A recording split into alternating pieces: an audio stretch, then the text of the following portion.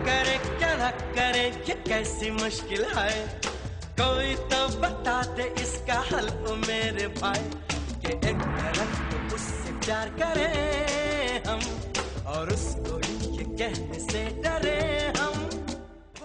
जरदारी साहब हैं तो मर्दे बहरान और 4.5 बरसों में मुश्किल हालात में हुकूमत चलाकर साबित भी कर दिया। इस दौरान एक बार पेट्रोलियम मसनूआत में इजाफे पर अहम इत्तेहादी MQM ने हुकूमत से अलहदगी का ऐलान किया तो जरदारी साहब ने कमाल महारत से पहले पेट्रोलियम की कीमतें कम की और जब मुत्तहिदा की वापसी हुई तो कीमतें बढ़ा दी गयी, बल्कि 7वें आसमान पर पहुँचा दी।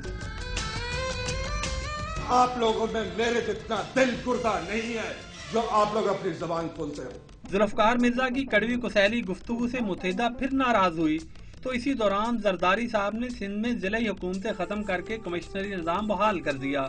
इससे कौम परस्त जमातें और खुद पीपल्स पार्टी के जियाले भी खुश हुए।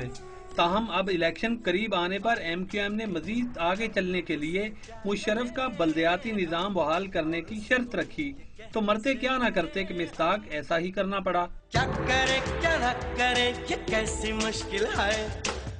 लेकिन ये क्या हुआ, मुत्तहिदा तो इत्तेहाद की तस्बीह में परोई गई, लेकिन सिंध के पीर पगाड़ा साहब की फंक्शनल लीग और असफंदयार वली की ANP ने जरदारी साहब से यारी खत्म करने का ऐलान कर दिया।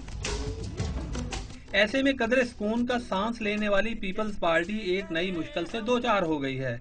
क्या करे क्या न करे ये कैसी मुश्किल है, कोई तो बता दे इसका हल ओ मेरे भाई। तजियाकारों का कहना है कि बल्दियाती निज़ाम और इंतखाबात का मामला आम इंतखाबात को इल्तवा में डालने के लिए शुरू किया गया, लेकिन इस मामले पर ANP के रद्द अमल के बाद अब देखना तो ये है कि हर बहरान से कामयाबी से निकल जाने वाले सदर जरदारी मौजूदा सूरत हाल में किस तरह सुरखरू होते हैं।